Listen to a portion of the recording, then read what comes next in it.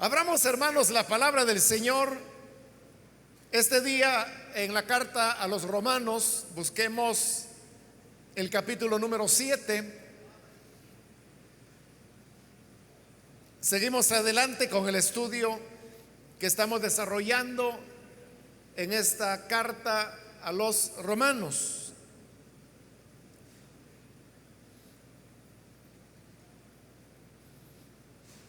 Dice la palabra de Dios en Romanos capítulo 7, el versículo 7 en adelante: ¿qué concluiremos? ¿Que la ley es pecado? De ninguna manera. Sin embargo, si no fuera por la ley, no me habría dado cuenta de lo que es pecado. Por ejemplo, nunca habría sabido yo lo que es codiciar si la ley no hubiera dicho no codicies. Pero el pecado, aprovechando la oportunidad que le proporcionó el mandamiento, despertó en mí toda clase de codicia. Porque aparte de la ley, el pecado está muerto. En otro tiempo, yo tenía vida aparte de la ley. Pero cuando vino el mandamiento, cobró vida el pecado y yo morí. Se me hizo evidente que el mismo mandamiento que debía haberme dado vida me llevó a la muerte,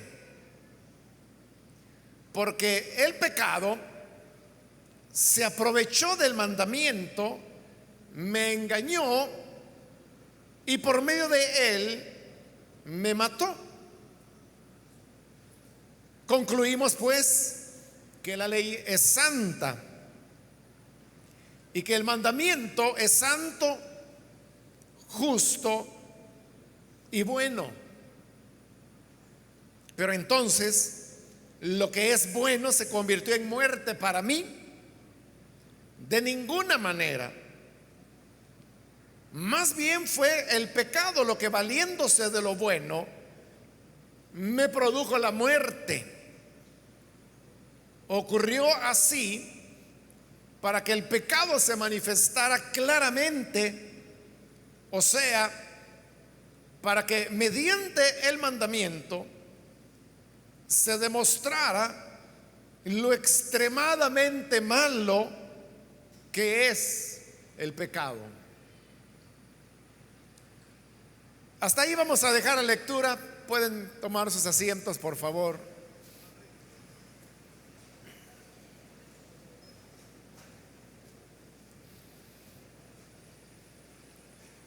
Hermanos, este día seguimos adelante con el estudio de la carta a los Gálatas, donde el apóstol Pablo está explicando la relación del creyente con la ley de Moisés, el cual es un tema que él ya ha tratado anteriormente, pero que él continúa desarrollando todavía en este capítulo 7.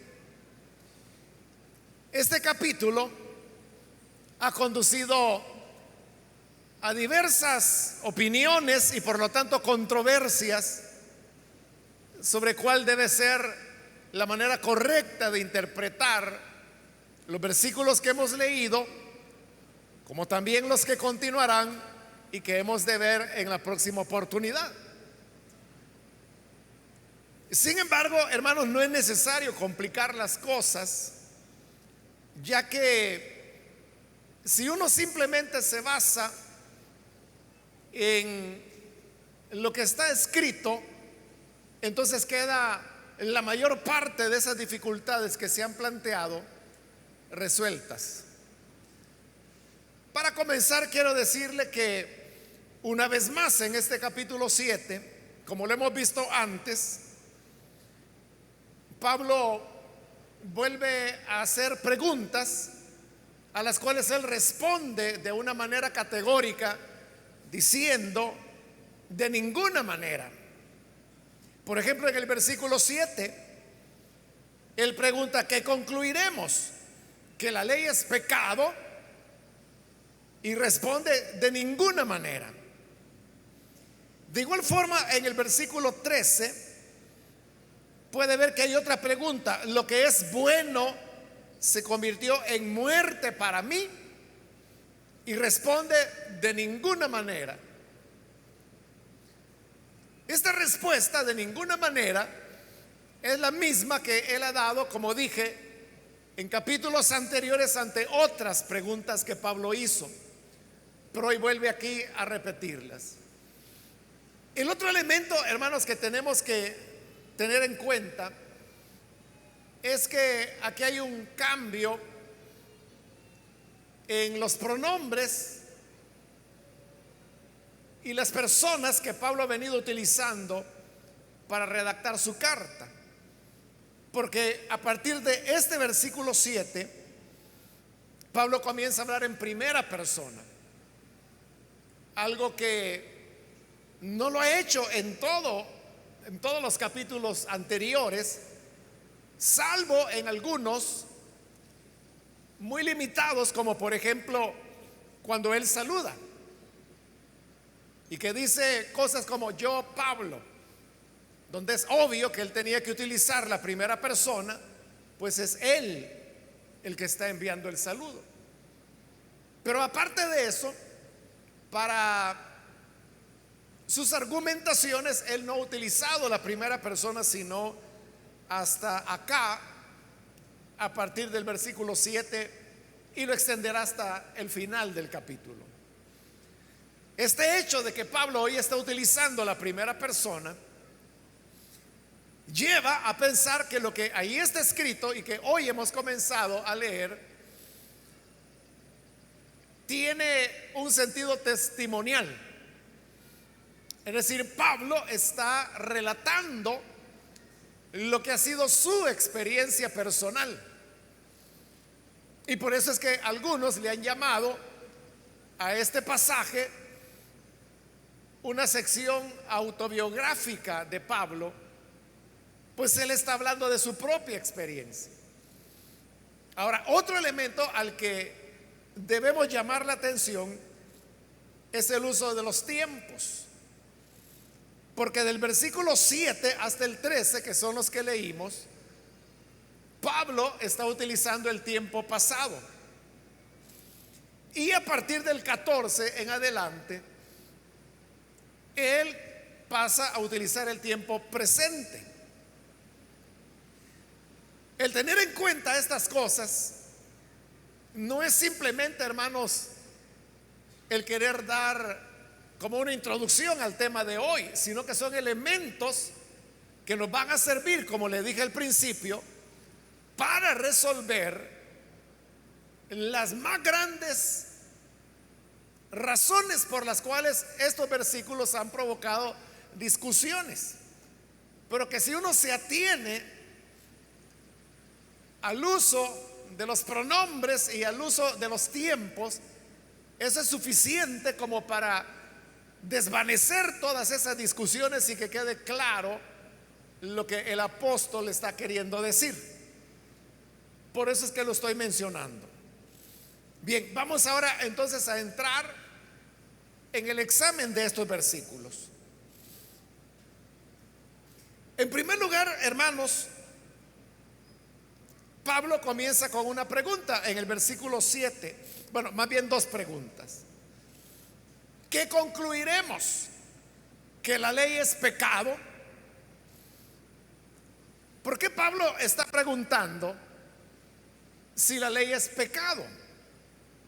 Lo pregunta porque anteriormente, en los primeros versículos de este capítulo 7, él ha afirmado cómo la ley en lo que terminó fue en mover a las personas a que hicieran el mal.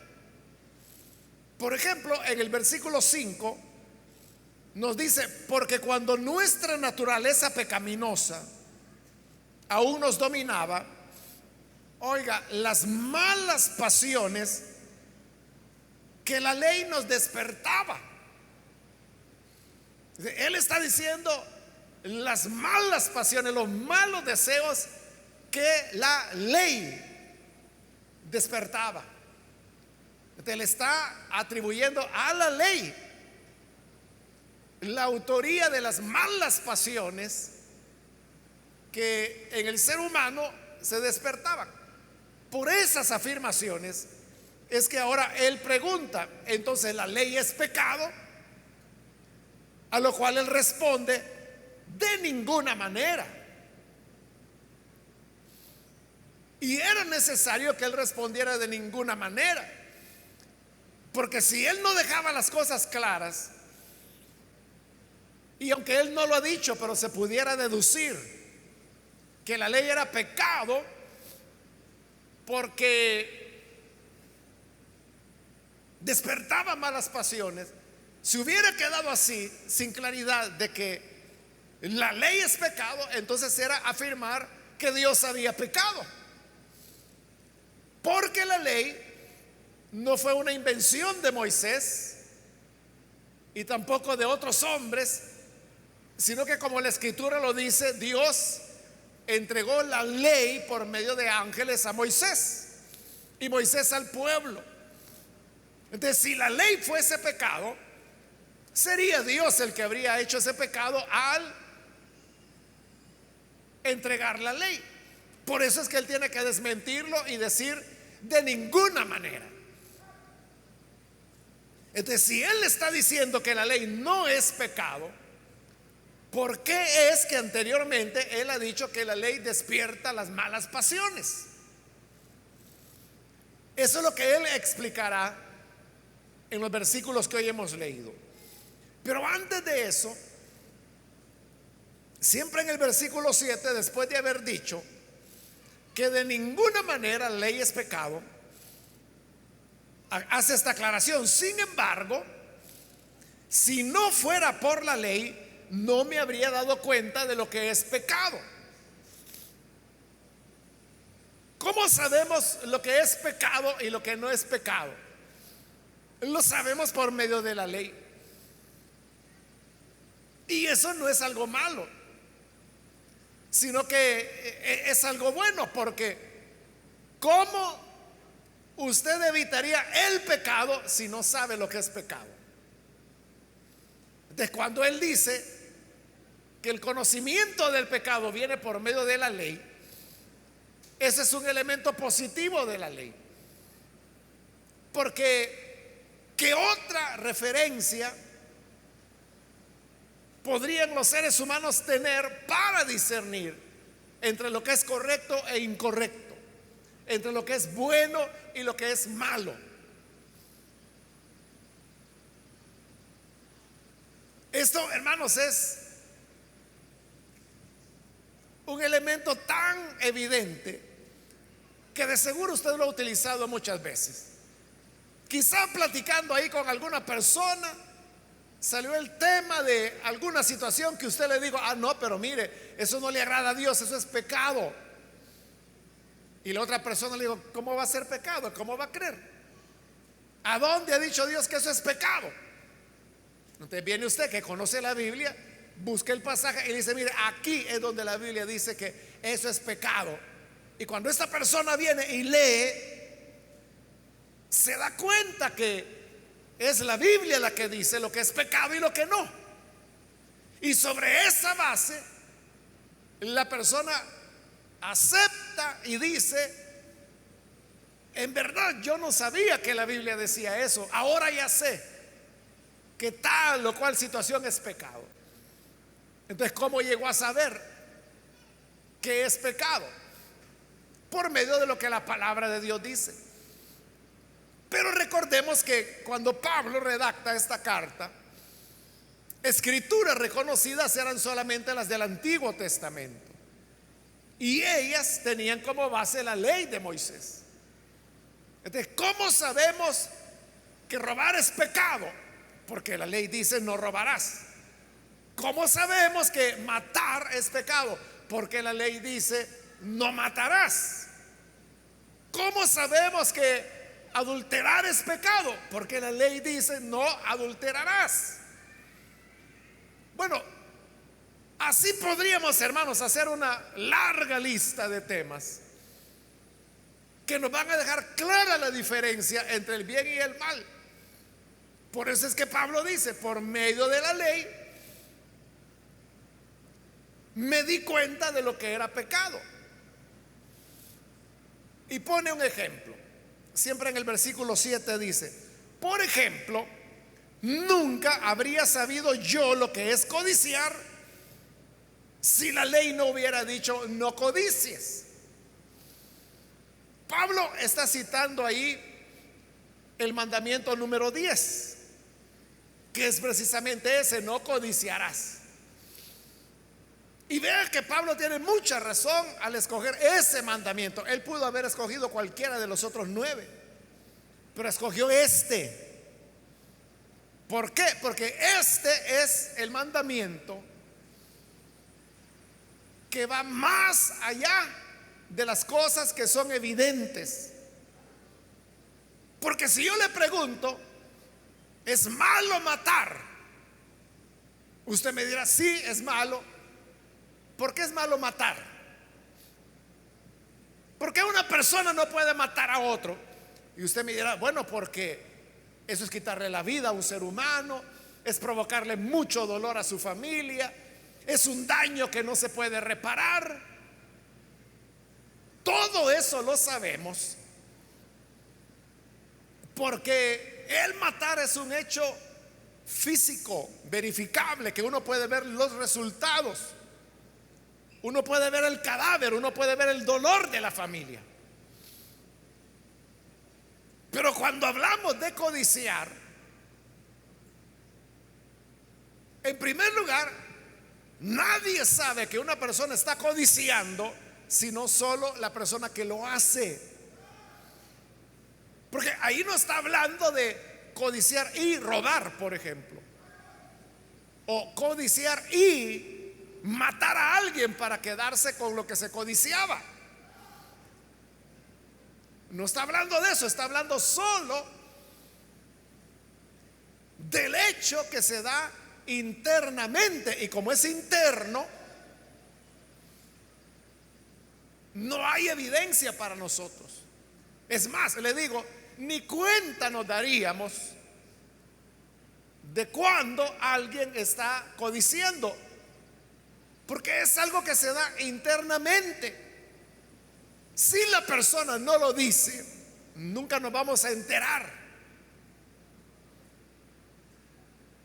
Porque el codiciar es un pensamiento, es una idea que está en nuestra mente, solo conocida por nosotros, y las demás personas no lo saben, a menos que el que codicia lo haya expresado y haya dicho, mire, yo codicio tal cosa. Entonces, estos, hermanos, son como los pecados más difíciles de percibir y consecuentemente los más difíciles de poderlos catalogar como pecado. Por eso es que Pablo dice, por ejemplo, nunca habría sabido yo lo que es codiciar si la ley no hubiera dicho no codicies. Es decir, Pablo pensaba que era normal que a una persona le viniera el deseo de poseer lo ajeno, de querer tener lo que no le pertenecía, pero que era solo un deseo y que ya pasaba. Pablo no sabía que eso era pecado hasta que leyó la ley.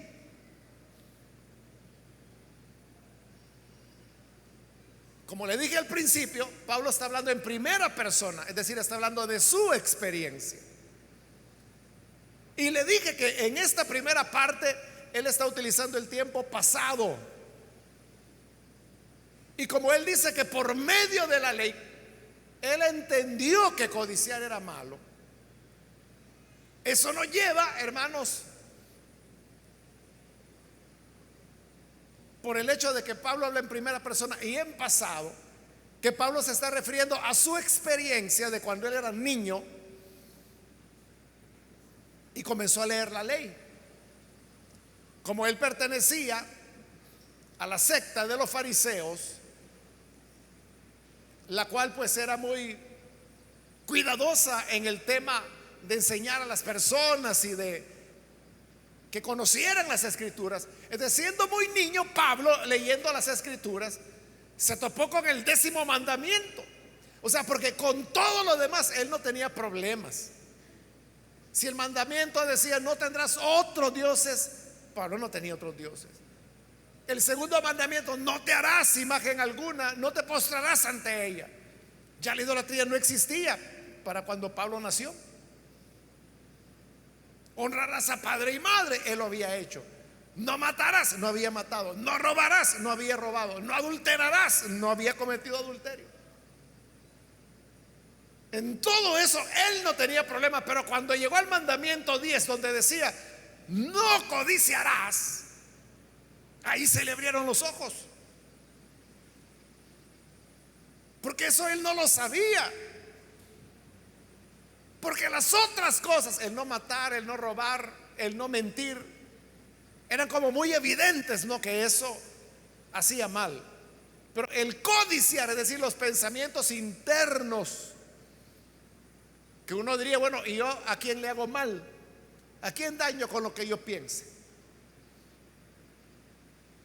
Uno podría pensar que los pensamientos no importan entonces, pero la ley dice no codiciarás.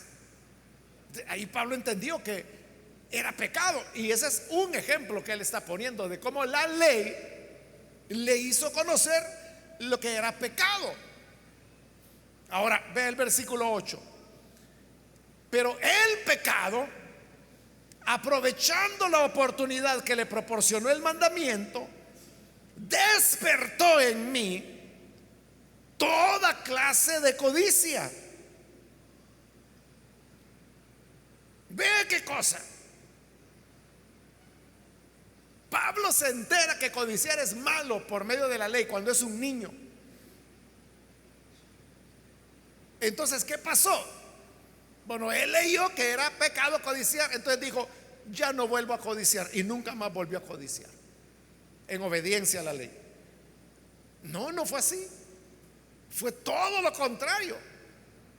Le leo de nuevo el versículo 8, dice, el pecado, aprovechando la oportunidad que le proporcionó el mandamiento, oiga, despertó en mí toda clase de codicia. Es decir, si como niño Pablo había codiciado alguna cosita de niño, al leer el mandamiento, dice que ese mandamiento le provocó toda codicia, y ahora codiciaba cosas que él jamás había codiciado. Pero usted dirá, bueno, ahí algo está mal, porque ¿cómo es eso que la ley dice no codiciarás, y en lugar de dejar de codiciar la gente, codicia más? Porque el mandamiento que le dice no codiciarás, dice Pablo que es el que le da la fuerza al pecado. Ahí lo dice en la parte final del versículo 8. Porque aparte de la ley, el pecado está muerto. Es decir, el pecado no puede hacer nada. El pecado está muerto donde no hay ley, no tiene fuerza. Pero cuando el mandamiento viene, dice Pablo que lo que logra el mandamiento es darle una oportunidad al pecado, y entonces produjo toda codicia.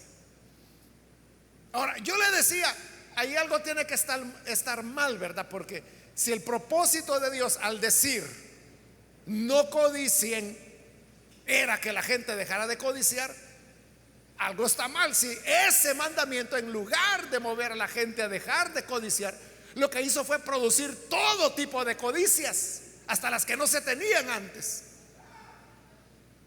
Algo está mal ahí. Y efectivamente así es, algo está mal. Pero ¿qué es lo que está mal? Lo que está mal es la naturaleza del ser humano, la cual mencionamos, hermanos, en la última oportunidad, pero que hoy la vamos a ampliar un poco más. Y es que nosotros los seres humanos somos así de extraños,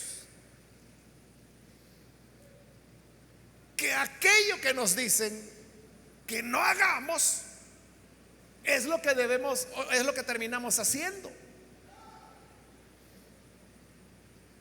Lo que nos prohíben es lo que más queremos hacer. Bueno, de esto, hermanos, hay ejemplos de la Biblia y ejemplos que usted mismo ha vivido, de cómo las prohibiciones lo que hacen es que usted busque más eso prohibido. ¿Por qué? Así somos los seres humanos, así es la naturaleza del pecado, que nos mueve a hacer aquello que sabemos está prohibido. Agustín de Hipona, también conocido en la historia como San Agustín, que fue uno de los padres de la iglesia, él escribe uno de sus libros que se llama Confesiones, donde él cuenta su vida desde que él era niño. Y siendo niño, hay un pasaje donde él relata que había un hombre que dentro de su propiedad tenía un árbol de peras,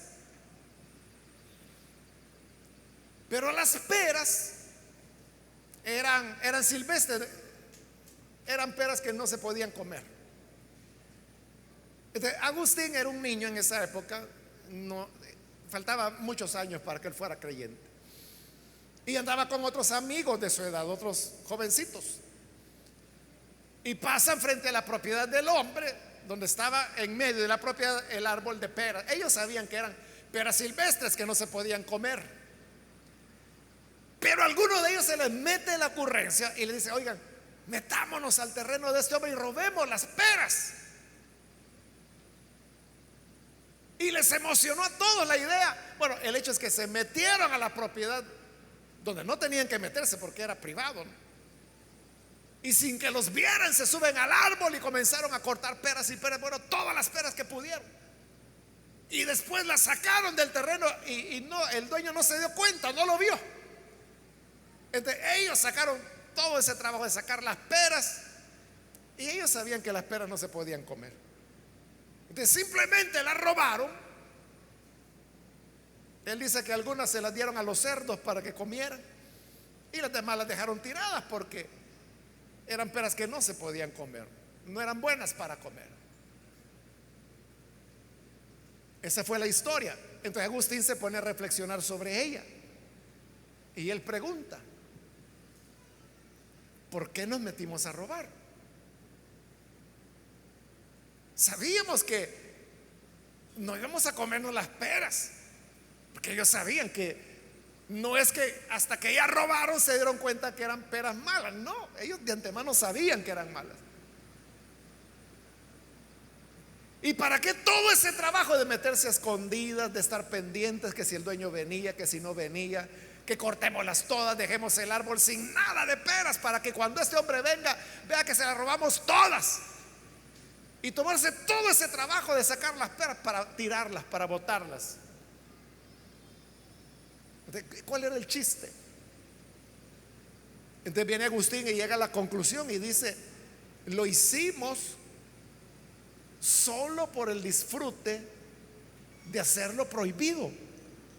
O sea, solo el hecho de saber que no podían entrar ahí porque era privado, solo el hecho de saber que esas peras, aunque no sirvieran para nada, le pertenecían a otras personas, solo el hecho de saber que lo que estaban haciendo era un robo, aunque fuera de algo inservible, les producía un estímulo que fue lo que los llevó a hacerlo. Esa historia, hermanos, de cosas de infancia o de juventud más bien, de Agustín, es un ejemplo. Pero como le digo, ejemplos hay muchos y hay en la Biblia también. Y usted lo puede encontrar donde quiera. Si quiere, comenzamos desde el principio con Adán y Eva, ¿no? El Señor les dijo: de todo árbol pueden comer, menos del árbol del conocimiento del bien y del mal. ¿Y de cuál cree que fueron a comer? Usted ya sabe la historia. Del único que Dios había dicho: de él no comerán, de él comieron, cuando tenían todos los árboles del planeta para comer. Pero van al que les dijo: de este no.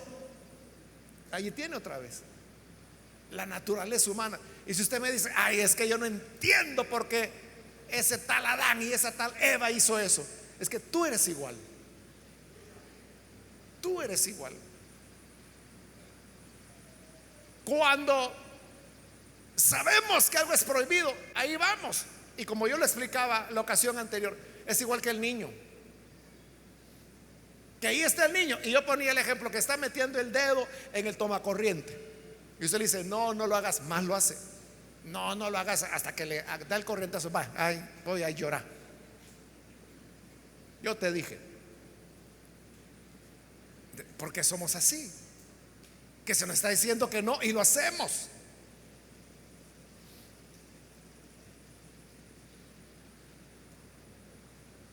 ¿Por qué, hermanos? Si los motoristas saben que la luz roja significa que hay que detenerse, ¿por qué se pasan?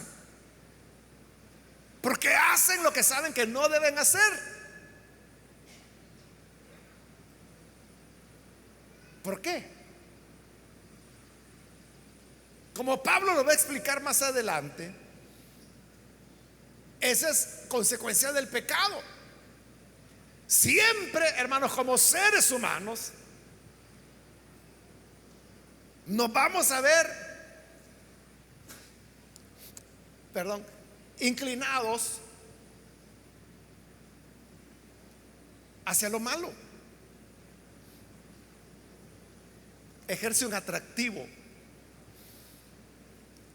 en esto, hermanos, de que el hombre busca hacer lo prohibido y procura lo prohibido. Es que está la lógica, que tal vez usted la ha oído en varios países, que sus gobernantes, por ejemplo, lo que quieren es legalizar la marihuana. Y cuando uno oye eso, que dice: bueno, en tal país, por ejemplo Uruguay, hace algunos años atrás legalizaron la marihuana, es totalmente legal. Igual que comprar lechuga es que compre marihuana. Entonces usted dice: qué gente más perversa, estamos en el fin. Eso sí que ya es Sodoma y Gomorra, ese sí que ya es el apocalipsis. Así dice la gente. Pero ¿sabe lo que ocurre? Que en los países donde la marihuana se ha legalizado es donde menos se consume. Esa es la realidad. Donde es prohibido, como en nuestro país, es donde más se consume. Pero si un día se legalizara y fuera, como le acabo de decir, que comprar marihuana es igual que usted va a comprar lechuga, es lo mismo, la gente va a dejar de hacerlo. Siempre, hermanos, habrá drogadictos, ¿no? Porque el delta tetrahidrocannabinol, que así se llama la sustancia activa de la marihuana, es una de las sustancias más adictivas que se conocen en la naturaleza. Entonces, el que comienza a usar marihuana desarrolla una adicción de una de las sustancias más potentes que hay en la naturaleza y que vuelven adictos, dependientes a los seres humanos. Entonces siempre lo habrá, pero por lo menos va a eliminar que aquellos que lo hacen por curiosidad. Como ya no va a ser prohibido, hermano, ¿quién de ustedes no tiene problemas con su hijo o su hija pequeña que no le gusta la lechuga? Y usted dice, comete la lechuga, menos se la come. Hoy hay lechuga picada con lechuga entera. Cométela. Y no quiere. Igual sería, aquí está la marihuana, fumátela. No se la va a fumar. Pero si es prohibido, y le dice, mira hijo, no le vayas a decir a nadie, pero aquí tengo un poquito de lechuga. Fíjate que esto se come, es bien buena. Pero no le digas a nadie, porque si sabe la policía nos van a venir a traer. Y no le vayas a decir nada a tu papá, calladito, comételo. Rápido se la va a comer. Porque el ser humano es así.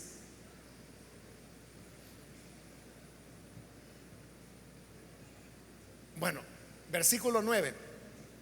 En otro tiempo, dice, yo tenía vida aparte de la ley. Entonces, por eso Pablo está hablando de su infancia. Y él dice, en otro tiempo yo con la ley no tenía nada que ver. O sea, él no sabía nada de la ley hasta que comenzó a estudiarla. Sigo con el 9. Pero cuando vino el mandamiento, cobró vida el pecado y yo morí. Cuando dice yo morí, no significa que se murió físicamente, porque entonces no estaría hablando, sino que dice morí en el sentido de que el pecado, usted sabe, la paga del pecado es muerte. Entonces produjo en Pablo una muerte espiritual. Murió su pureza, su inocencia. ¿Por qué? Porque cuando llegó el mandamiento, dice el pecado cobró vida. Entonces, ahí está la clave. El pecado, voy a decirlo así, es el tremendo. El pecado es lo que le he dicho otras veces, que nosotros no tenemos idea de lo terrible que es el pecado. Nosotros podemos ver el pecado como diversión, como normal, como atractivo, como no, es una canita al aire. Mire, es para relajarme, es que he estado con mucho estrés en los últimos días, un pecadito me va a aliviar. Así vemos el pecado y no nos damos cuenta de lo profundamente pecaminoso que el pecado es, al punto que dice que con el mandamiento, que lo que busca es prevenir el pecado, lo que hace es darle vida al pecado. Entonces uno puede pensar, bueno, lo que vamos a hacer aquí es que vamos a prohibir lo que quiera usted, cualquier cosa mala, piensa en algo indebido y digamos, bueno, todos estamos de acuerdo en que esto es malo. Sí. ¿Están de acuerdo en que lo prohibamos? Sí. Levanten la mano los que aprueban y todos levantan la mano. Aprobado. A partir de ahora esto es prohibido. Esa prohibición le va a dar vida a lo que se está prohibiendo, sea lo que sea. Y va a producir, hermanos, más de lo que se quiere evitar por causa del pecado. Versículo 10. Se me hizo evidente que el mismo mandamiento que debía haberme dado vida, me llevó a la muerte, porque el pecado se aprovechó del mandamiento, me engañó y por medio de él me mató. Está repitiendo lo mismo, que el pecado le quitó la vida de pureza, la vida espiritual. Entonces dice, el pecado se aprovechó del mandamiento, me engañó y morí. Esas palabras recuerdan a las de Eva, cuando le dijo al Señor, la serpiente me engañó y yo comí. Pero aquí es el pecado que se está aprovechando del mandamiento para engañarnos, para que hagamos lo malo y así muramos. Ahora, significa, hermanos, que si entonces dar prohibiciones para que la gente haga lo malo, lo que produce es más maldad, entonces significa que hay que dar libertad entonces, pues. Entonces significa que hay que decirle, mire, ya robar no es malo, puede robar todo lo que quiera. Mire, ya matar ya no es malo. Ay, mate a todo el que usted quiera, le vamos a dar una ametralladora para que sea más fácil. ¿Significa que con eso se va a evitar el mal?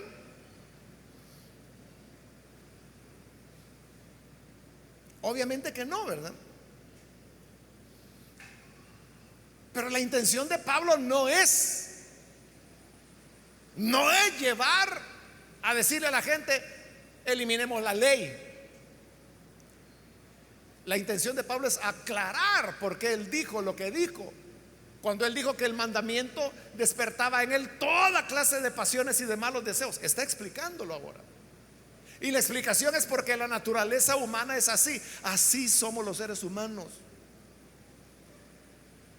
que hacemos lo malo. Hermano, la ley de tránsito dice en nuestro país que las motocicletas solamente pueden circular en el carril derecho, no pueden ir en otro, solo en el derecho. Pero vea usted las calles, y usted que maneja moto, hermano, ¿por cuál carril maneja? ¿Va?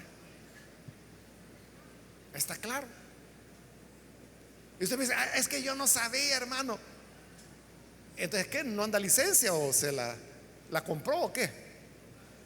Porque tuvo que haber aprendido eso, tuvo que haber sido evaluado, ¿no? Ahora, si no sabía, pero si ya sabe, más lo va a hacer, ya va a ver. Más va a ir por el carril izquierdo.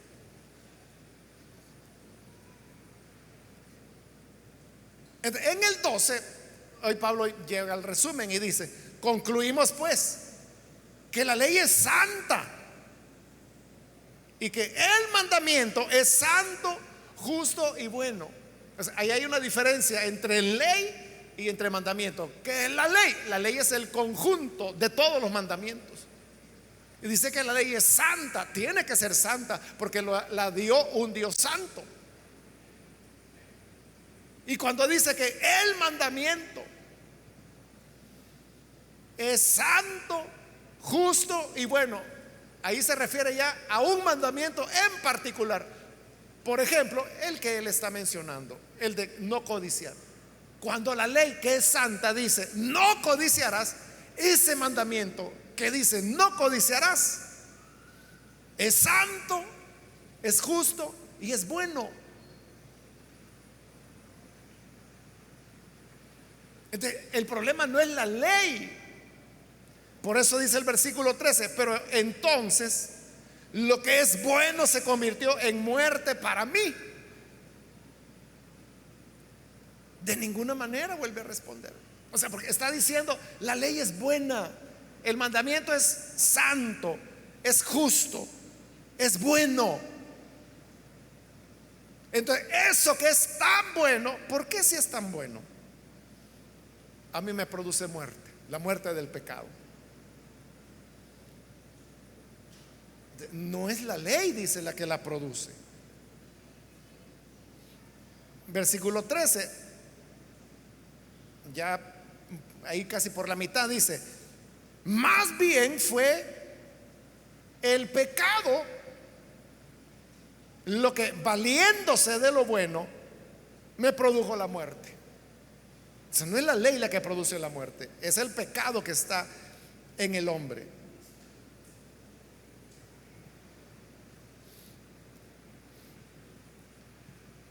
Es la naturaleza humana.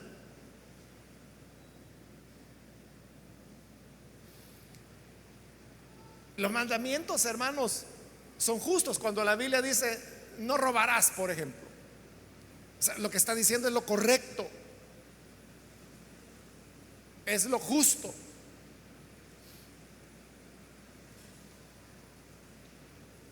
Pero la gente sigue robando. Produce en el ser humano el atractivo del mal, el atractivo de lo prohibido. como le ocurrió a Agustín y como le puede ocurrir a cualquier persona. Entonces, todo esto tiene un propósito. Y dice el 13: ocurrió así para que el pecado se manifestara claramente, o sea, para que mediante el mandamiento se demostrara lo extremadamente malo que es el pecado. Entonces, el mandamiento, dice, su propósito era que se mostrara lo extremadamente malo que es el pecado. Eso es lo que le decía. Nosotros podemos pensar que el pecado es divertido, es cuestión de jóvenes o es cuestión de viejos. Para todo hay excusa. Pero el pecado es lo que Pablo está diciendo ahí, extremadamente malo. Mire, el pecado es tan malo que hasta lo bueno lo usa para el mal. Hasta la ley, hasta el mandamiento, que es santo, que es justo, que es bueno, el pecado lo usa para provocar más pecado, más engaño, más muerte.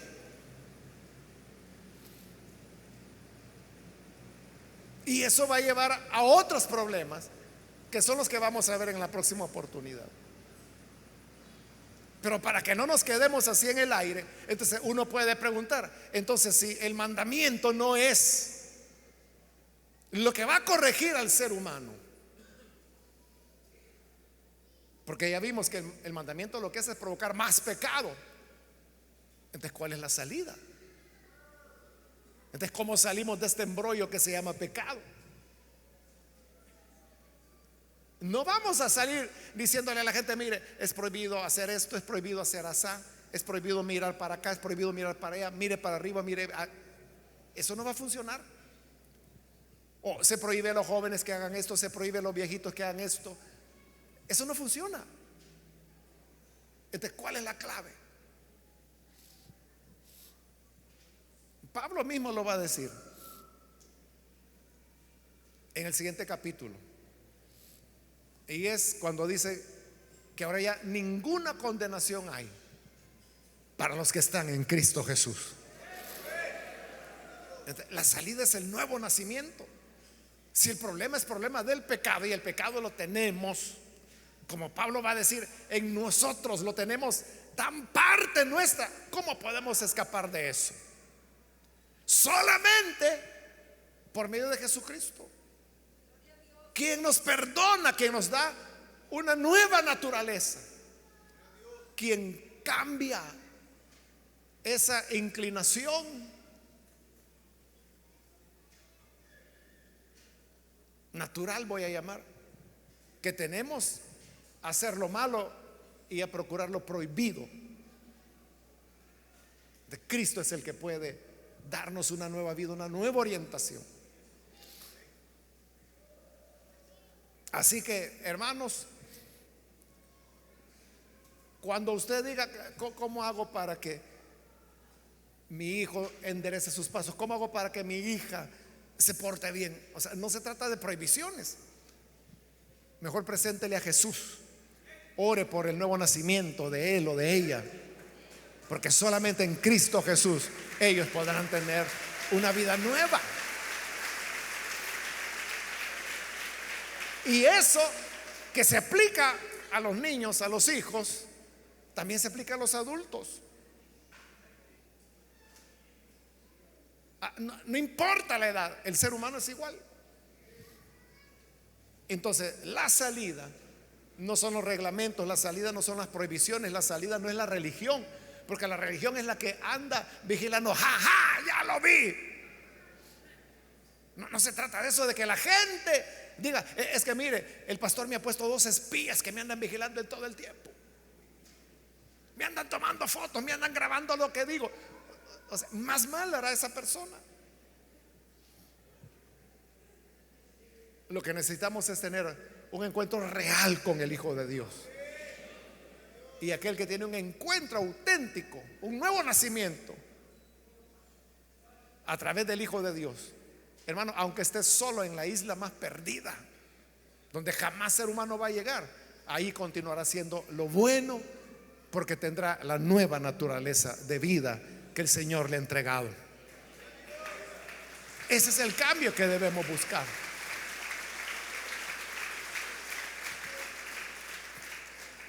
Vamos a cerrar nuestros ojos y vamos a inclinar nuestro rostro. Antes de hacer la oración, yo quiero invitar, si hay con nosotros personas que todavía no han recibido al Señor Jesús como Salvador. Mas si usted ha escuchado la palabra y ahora entiende que no se trata de prohibiciones o de religión, sino que se trata de vivir de acuerdo al nuevo nacimiento, a la experiencia regeneradora que solamente el Hijo de Dios puede dar. Si usted quiere tener esa experiencia, yo le invito para que el día de hoy pueda venir y recibir al Hijo de Dios para que su vida pueda ser transformada. Cualquier amigo o amiga que es primera vez que recibe al buen Salvador, por favor póngase en pie y vamos a orar por usted. Hoy es el momento cuando puede hacerlo. Cualquier amigo o amiga que necesita venir para que la gracia de Dios le alcance, póngase en pie. Por usted mismo nunca podrá salir adelante. Por usted misma nunca podrá prevalecer. Pero la gracia del Señor se le ofrece para que, creyendo en Él, tenga la experiencia del nuevo nacimiento. Y naciendo de nuevo, su vida pueda ser transformada. ¿Hay alguien que necesita venir al Señor? Póngase en pie. Le animo, venga. Hoy es el momento cuando el buen Salvador le llama y le invita. ¿Hay alguna persona, algún amigo o amiga que lo hace? Venga. Algún hermano que se ha alejado del Señor. Ese pudo ser el motivo de su alejamiento, que pensó que era cuestión de prohibiciones y se encontró con esta realidad, que mientras más le prohibían, más mal hacía. Pero ese no es el camino de Dios. Muy bien, aquí hay una persona que pasa. Dios lo bendiga, bienvenido. Alguien más que necesita venir para recibir al Hijo de Dios, puede ponerse en pie. Cualquier otro amigo, amiga que necesita pasar, póngase en pie y reciba la vida nueva que el Señor le ofrece. O si necesita usted reconciliarse de igual forma, póngase en pie y venga, oraremos por usted.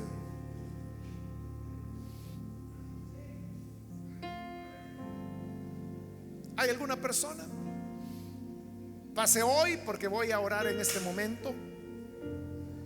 Mas si hay alguien más que necesita pasar, puede hacerlo ahora. Muy bien, aquí hay otra persona. Dios le bendiga, bienvenido también. ¿Alguien más? Muy bien, aquí hay otra persona. Bienvenida, Dios la bendiga. ¿Alguien más? Vamos a orar en este momento.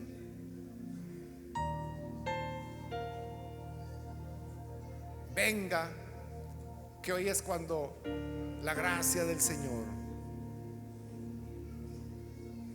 le espera y le anima a venir. A usted que nos ve por televisión, le invito para que se una con las personas que están aquí al frente. Reciba al Señor orando con nosotros. Señor, gracias te damos por las personas que vienen reconociendo lo extremadamente malo que es el pecado,